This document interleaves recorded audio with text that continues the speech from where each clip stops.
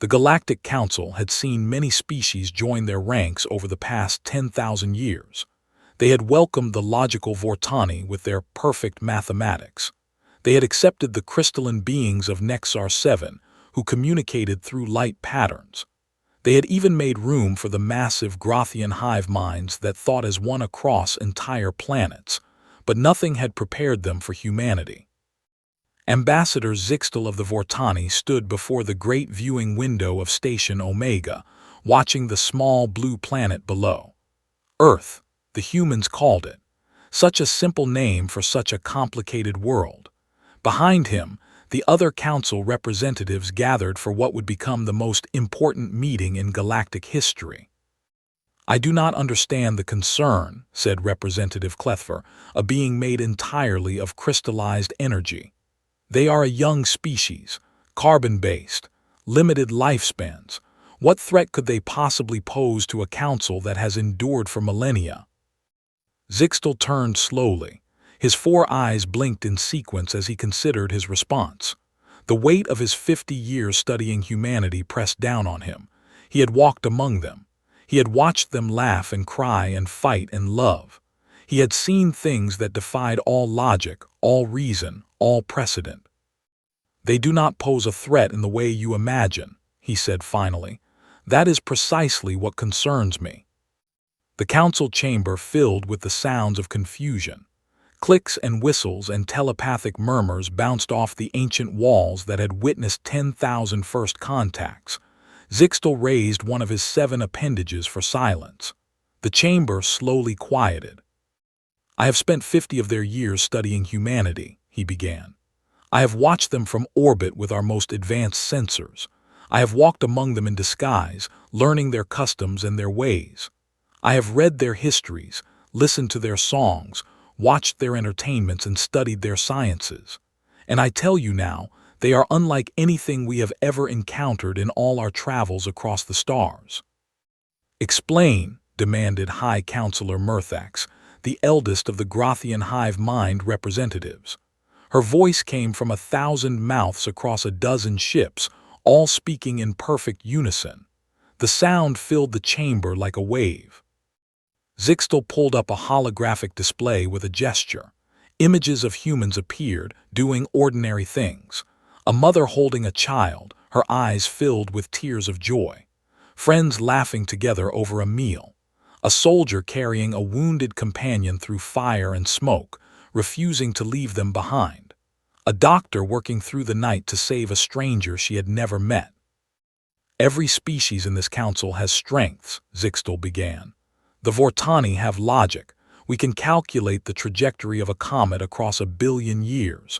The crystalline beings have immortality. They remember the birth of stars.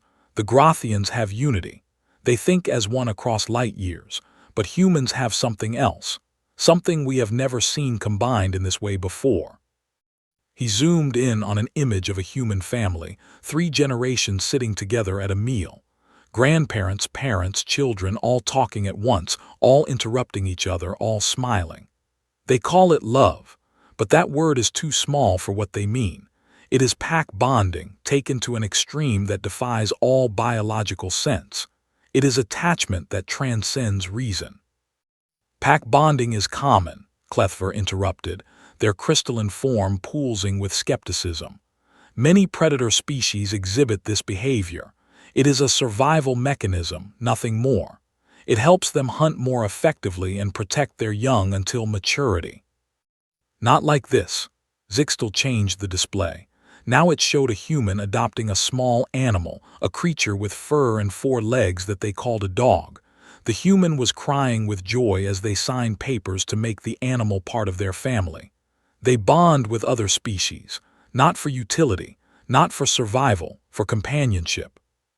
He cycled through more images. A human talking to plants as they watered them. A child giving a name to a stuffed toy and treating it as if it were alive. An old man visiting the grave of a pet that had died 20 years before.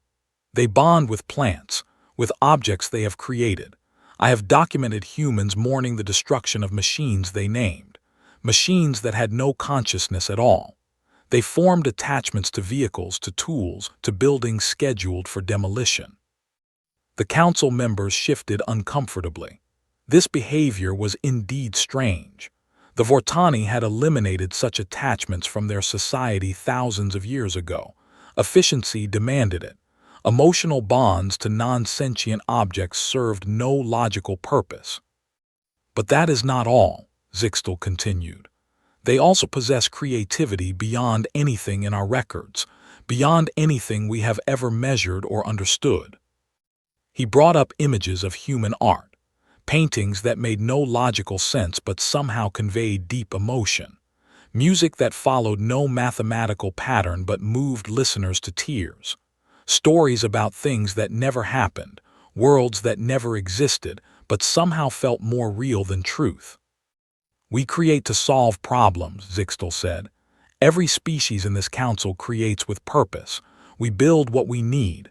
We design what serves us. But humans create to express, to feel, to share pieces of themselves with others.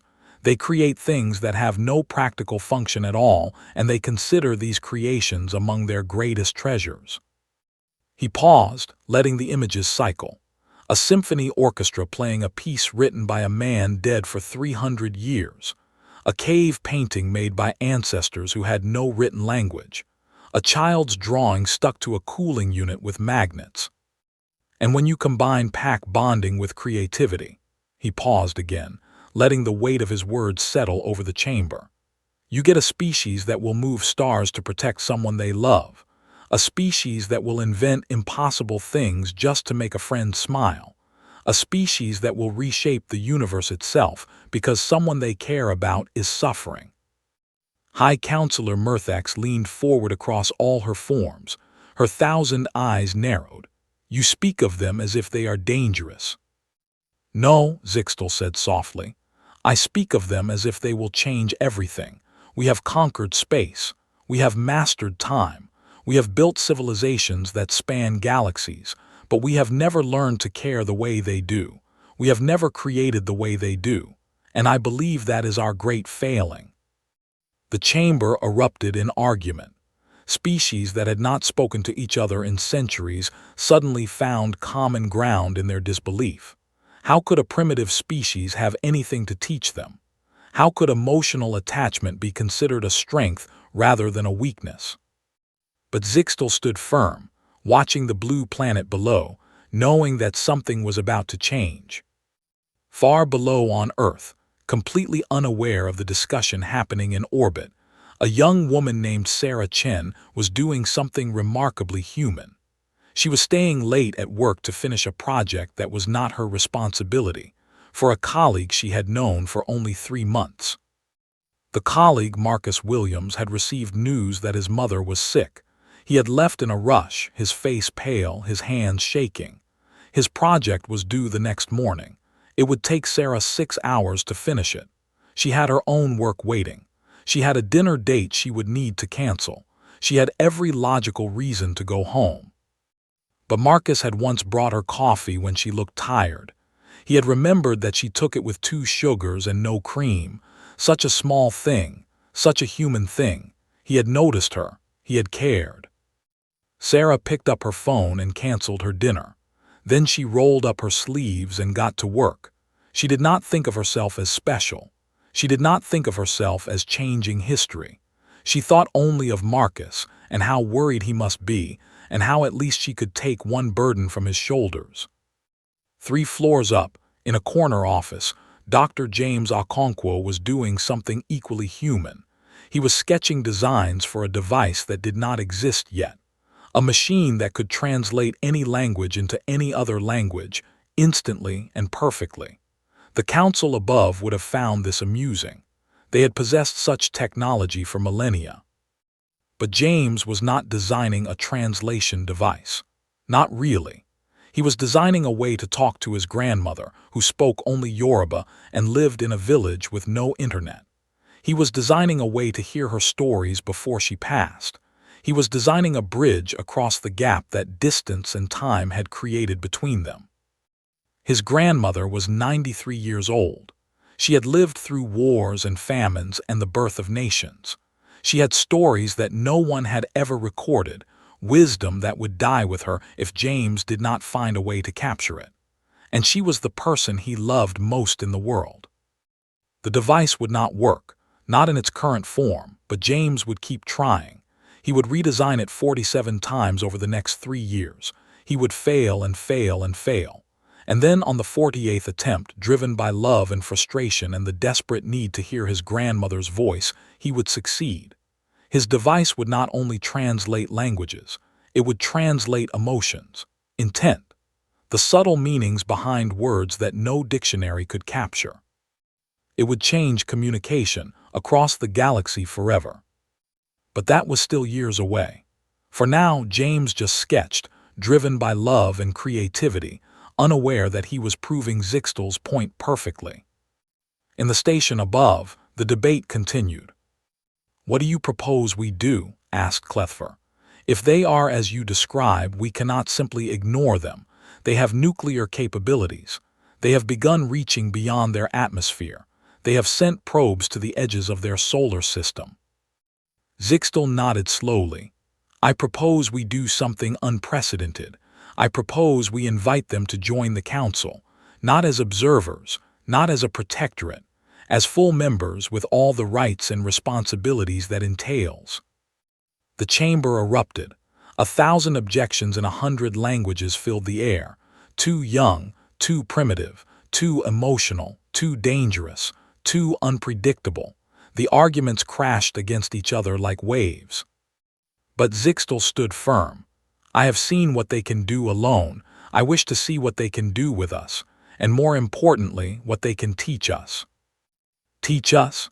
Murthax's voice dripped with incredulity across all her forms. What could these short-lived creatures possibly teach beings who have mastered the stars themselves? Zixtal smiled, a gesture he had learned from humans during his time among them. "They could teach us to care." The council fell silent. Care, such a simple word, such a complicated concept. The vote would take place in 3 days. Whatever the outcome, Zixtal knew one thing for certain. The galaxy was about to change. And far below, Sarah Chen finished Marcus's project at 2 in the morning. She left a note on his desk that read simply, "Hope your mom is okay. You owe me coffee." Then she went home to sleep, never knowing that her small act of kindness had just become evidence in the most important debate the galaxy had ever seen. The vote passed by the narrowest of margins, 312 in favor, 311 opposed. A single vote that would reshape the destiny of countless worlds. One voice, belonging to an ancient being who had not spoken in council for 1,000 years, who had watched Zixtal's presentation in silence and found themselves moved in ways they could not explain. Ambassador Zixtal was given the task of making first contact. He had argued for humanity's inclusion, after all. It seemed fitting that he should be the one to welcome them to the galactic community. He chose his location carefully. Not a government building, not a military installation, not a prestigious university or a powerful corporation. A small coffee shop in Seattle, Washington, where a woman named Elena Rodriguez worked the morning shift. She was not a leader. She was not a scientist. She was not wealthy or famous or important by any measure the council would recognize. She was simply the most human Zixtal had ever observed. Elena was 53 years old. She had worked at the coffee shop for 22 years. She knew the names of every regular customer. She remembered their orders, their birthdays, their children's names. When old Mr. Patterson's wife died, Elena had attended the funeral, even though she had only met the woman twice. When young Maria started college, Elena had given her a gift card and a card signed by everyone in the shop.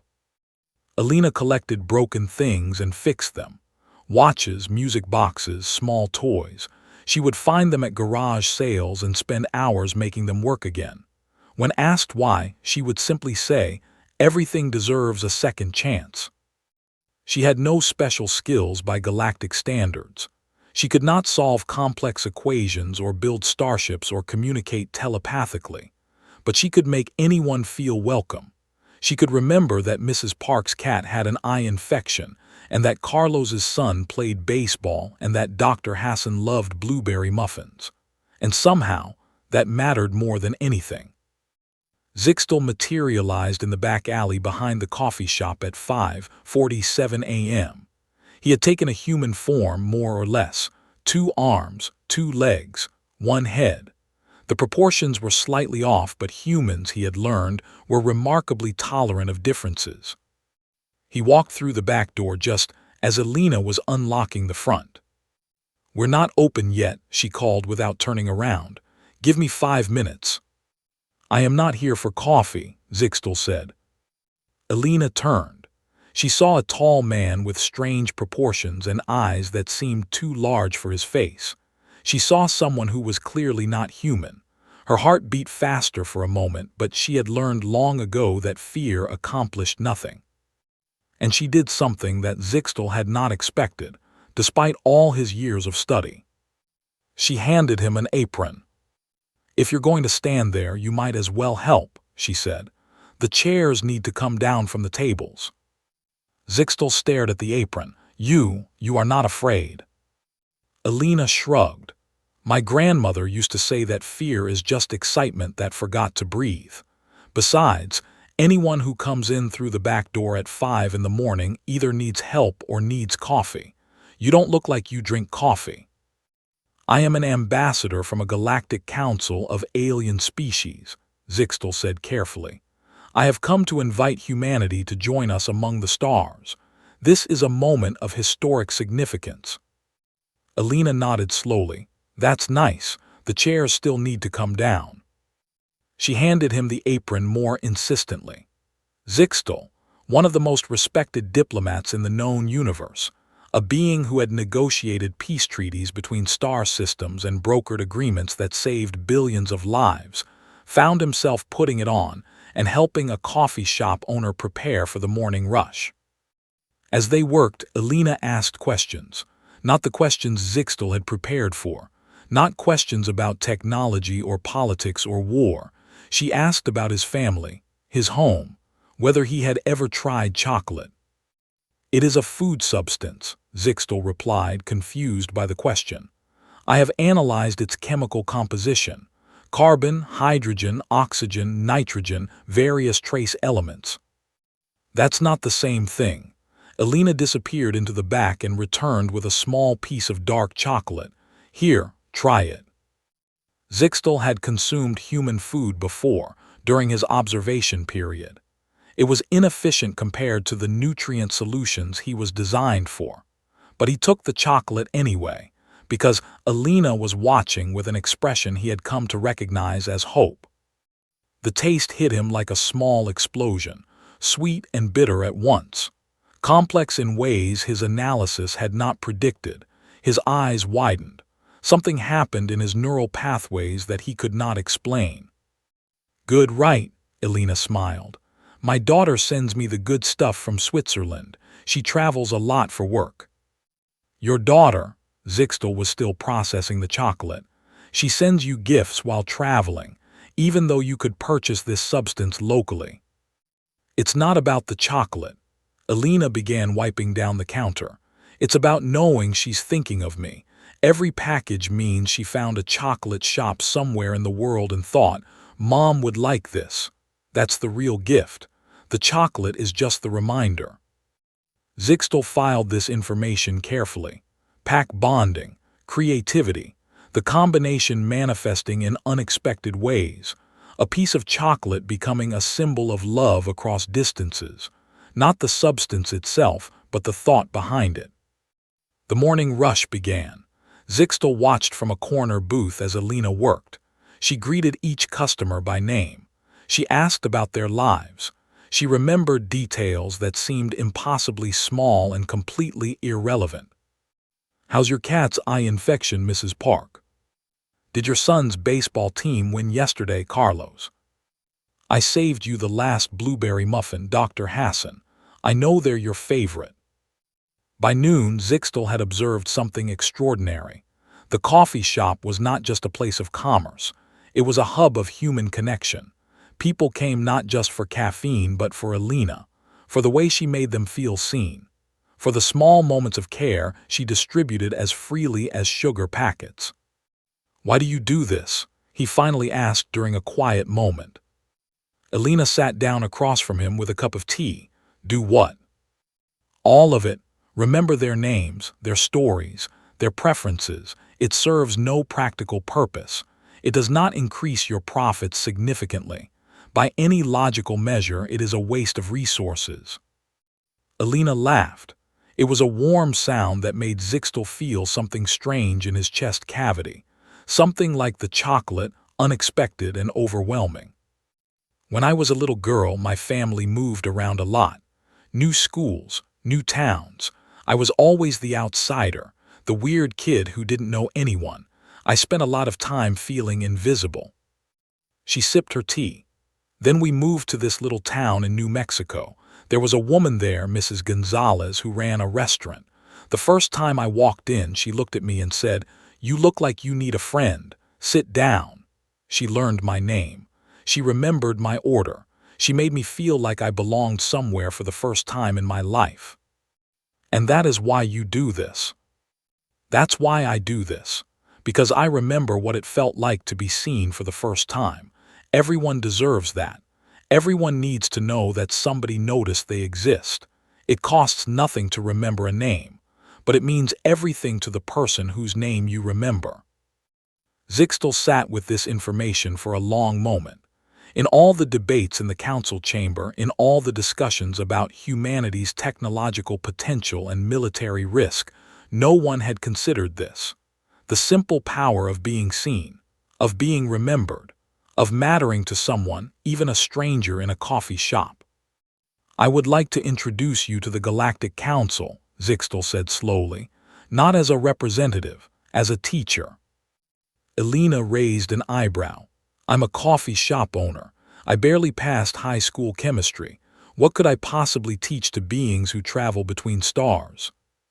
"You are also someone who has mastered the art of making others feel valued. This is a skill our council has forgotten if we ever possessed it at all. We have built great things. We have conquered space and time, but we have never learned to see each other. Not really." Zixtel leaned forward. "Would you be willing to help us remember?" Alina was quiet for a long time. She looked around her shop, at the worn chairs and the familiar walls and the regular customers she had known for decades. This was her world, her life, everything she had built and nurtured and loved. Then she looked at Zixtel, at his two large eyes and his strange proportions, and his clear, desperate need to understand something that should have been simple but was not. "I'll need to find someone to cover my shifts," she finally said. And with those simple words, the universe changed course. The council chamber fell silent as Alina Rodriguez walked in.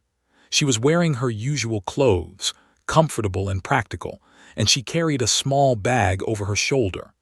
Every eye in the room, and there were many thousands of them, focused on her. She was not impressive by any measure they understood. She was small. She was old. She was one individual among billions on a backwater planet, and yet Zixtel had chosen her. High Counselor Murthak spoke first. "This is your teacher, Ambassador Zixtel, this, ordinary human." "There is nothing ordinary about her," Zixtel replied. Alina looked around the vast chamber without fear. She had dealt with difficult customers before. She had faced down angry drunks and impatient businessmen and children in the midst of tantrums. She had handled health inspectors and tax auditors and neighborhood bullies. A room full of aliens was just a new kind of Monday morning. She reached into her bag and pulled out a thermos. "I brought coffee," she announced. "Good coffee, not the instant stuff. Who wants some?" The silence stretched. Then, slowly, Clethver drifted forward. "I am made of crystallized energy. I do not consume physical matter." "Then you can just enjoy the smell." Alina poured a cup and held it up. "Go on, take a whiff. You might be surprised." Clethver had no nose, but curiosity drove them to extend a tendril of energy toward the rising steam. The chemical analysis was simple. Caffeine, oils, roasted plant matter, but there was something else, something that the analysis could not capture. "It smells like warmth," Clethver said slowly. "Like comfort. How is that possible? These are just molecules." "Because someone made it with care." Alina moved through the chamber, offering cups to beings who could not drink, who would not drink, who had never heard of coffee. Some refused. Most accepted, curious despite themselves. All watched her with growing fascination. She talked to each one as she served them, asked their names, asked where they were from, asked what they enjoyed, what they feared, what they hoped for. Questions no one had asked them in centuries. Questions that seemed pointless but somehow were not. When she reached High Counselor Murthax, she paused. The Grothian hive mind regarded her through 1,000 eyes, a vast consciousness distributed across countless bodies, thinking as one. "You cannot serve us all," Murthax said. "We are one consciousness across countless bodies. It would be inefficient." "Then we'll share." Alina poured a single cup and held it up. "Everyone can have a sip." Something happened that had never occurred in the history of the Grothian hive mind. Individual forms began to laugh, not in unison, but separately, each body responding to the absurdity in its own way. The laughter spread like ripples in a pond, each laugh slightly different from the last. "This is unusual," Murthax said, but her voices were warmer now, less unified, more individual. For the first time in millennia, the hive was experiencing something like personality. Alina smiled. Different is good, different keeps things interesting. Over the next several hours, Alina did what she had always done. She listened. She asked questions. She remembered names and details and preferences. She made each council member feel seen, even the ones who had not been seen as individuals for millennia. She learned that Clethver had once been part of a larger crystal formation that shattered in a stellar event. They had lost siblings in that moment, though they had never used that word before. That Zixtal had chosen diplomacy because his 7-chambered heart beat too fast for combat, a weakness that his people considered shameful, but that had made him perfect for his role. That the Grothian hive mind had once been millions of separate beings who chose unity to survive a plague that had killed 90% of their population. Stories, so many stories, each one unique, each one precious, each one usually ignored in favor of collective decisions and logical analysis. No one had asked about these stories in centuries. No one had thought they mattered. "You are not teaching us anything," one council member complained. A being of pure mathematics who had not spoken to another individual in 10,000 years. "You are simply talking." "Talking is teaching," Alina replied. "Every conversation is a chance to learn something new. Every person you meet knows something you don't. The trick is being interested enough to find out what it is." She told them about her daughter, who worked as an engineer designing bridges that connected communities. About her late husband, who had died 10 years ago but still felt present in the records he left behind, in the garden he had planted, in the chair that still sat by the window where he used to read. About her grandmother's stories and her mother's recipes, and the coffee shop that had become her family's second home. Small stories, human stories, stories that had no galactic significance at all. And yet, 3 weeks into Alina's teaching, the council made a decision that shocked the galaxy. They voted to delay a trade agreement with a new species until they had learned more about that species' cultural practices, not their technology, not their military, not their resources or strategic value, their stories. It would be inefficient to proceed without understanding who they are, Clethver argued. Alina has shown us that beings are more than their capabilities. They are their histories, their bonds, their creative expressions. We must learn these things before we can truly work together. The decision was unprecedented. It was also effective. The new species, the Melodoni, were so moved by the Council's interest in their culture that they shared knowledge freely that they had previously guarded jealously. ancient songs that contain the secrets of faster-than-light communication, artistic techniques that could heal damaged ecosystems, stories that explain the fundamental nature of consciousness itself. All because someone had taken the time to ask. James Okonkwo never expected to meet an alien. He especially never expected to meet an alien in his grandmother's village, but that is exactly what happened. He had finally perfected his translation device. Version 48 worked. It not only translated words but captured the emotion behind them, the intent, the subtle meanings that existed between syllables. 3 years of failure, 3 years of frustration, 3 years of his grandmother getting older and older while he struggled to find a way to hear her stories. And now, finally, he had succeeded. He had come to Nigeria to test it properly, to finally hear his grandmother's stories the way she meant them to be heard, not filtered through imperfect translation, not flattened into simple words that lost all their poetry. The full stories, with all their depth and meaning. The alien was waiting for him at the village entrance, a being that looked almost human but not quite, with proportions that seemed wrong and eyes that held depths of experience James could not imagine. "Dr. Okonkwo," the alien said, "I am Ambassador Zixtel. I believe you have created something remarkable." James clutched the device protectively. It was ugly, frankly, held together with tape in some places. The circuits were visible through a crack in the casing. It looked like exactly what it was, something built in a home workshop by a man obsessed with talking to his grandmother. "How do you know about this?" "We have been watching, not closely, not intrusively, but with interest. Your species has joined our council and we pay attention to innovation." Zixtel gestured at the device. "May I see it?" "Why should I show you?" "Because it represents everything wonderful about humanity. You built this for love, not profit, for connection, not power. And in doing so, you have created something that our greatest scientists have failed to achieve for centuries. We can translate words. We have always been able to translate words. But meaning, emotion, the poetry between the syllables, that has eluded us." James looked at his device. It was not impressive. It was not sleek or elegant or professional. It was the product of desperation and love and endless sleepless nights. "It's not perfect," he said. "Nothing is," Zixtel smiled. "Will you share it with us?" James thought about this. His device could make him famous, rich, powerful. Companies would pay fortunes for this technology. Governments would offer him anything. He could name his price and have it met without hesitation.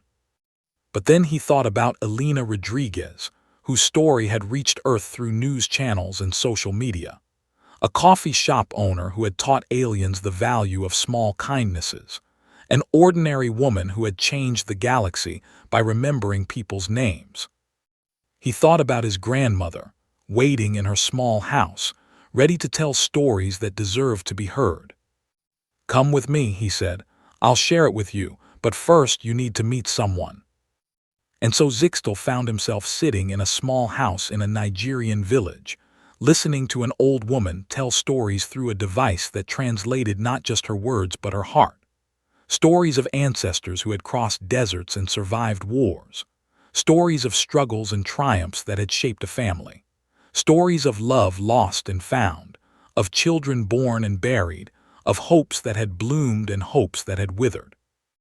The old woman spoke for hours. Her voice was strong despite her age. Her eyes shone with memories that stretched back almost a century. And through James's device, every word carried its full weight. Every pause held meaning. Every laugh contained echoes of the moments that had shaped it. Zixtel listened in silence. He had heard great speeches in council chambers. He had witnessed historic negotiations and momentous declarations. But he had never heard anything like this. One woman's life, told with perfect clarity, passed from generation to generation like a precious gift. When the old woman finally grew tired, Zixtel bowed deeply in the human fashion. "Thank you," he said. "These stories are treasures beyond anything I have ever encountered." The old woman smiled. She patted his hand with fingers wrinkled by time. "Everyone has stories," she said. "The trick is finding someone who wants to listen." James watched the exchange with tears in his eyes. This was why he had built the device, not for fame or money or recognition. For this, for the chance to hear his grandmother's stories while she was still alive to tell them. "I will share it," he told Zixtel. "But not just the technology, the reason behind it, because that's what makes it work." Zixtel nodded. He understood now more than ever what made humanity different. It was not their intelligence. Many species were smarter. It was not their technology. Many species were more advanced. It was this: the combination of deep attachment and creative problem-solving, the willingness to spend years building something impossible just to connect with someone they loved. Over the following months, James worked with galactic scientists to refine his device, but he insisted that every team include at least one human, not because humans were technically superior, because humans understood why the technology mattered, because humans remembered that translation was not about words, it was about connection. The universal emotional translator, as it came to be known, changed everything. Species that had misunderstood each other for millennia suddenly found common ground. Conflicts that had seemed unsolvable dissolved when both sides could finally hear each other's pain. Trade flourished. Alliances formed. The galaxy grew closer in ways no one had predicted. And it all started with one man who wanted to talk to his grandmother. 5 years after humanity joined the Galactic Council, everything was different. Trade agreements now included cultural exchanges. Military alliances were built on shared stories as much as shared interests. The Great Council Chamber, once sterile and formal, had been redesigned to include spaces for informal conversation, for coffee and shared meals, and the small interactions that built trust over time. Ambassador Zixtel stood before the viewing window, watching not Earth but the whole of known space. Ships traveled between stars carrying not just goods and soldiers but artists and teachers and storytellers. The galaxy was more connected than ever before.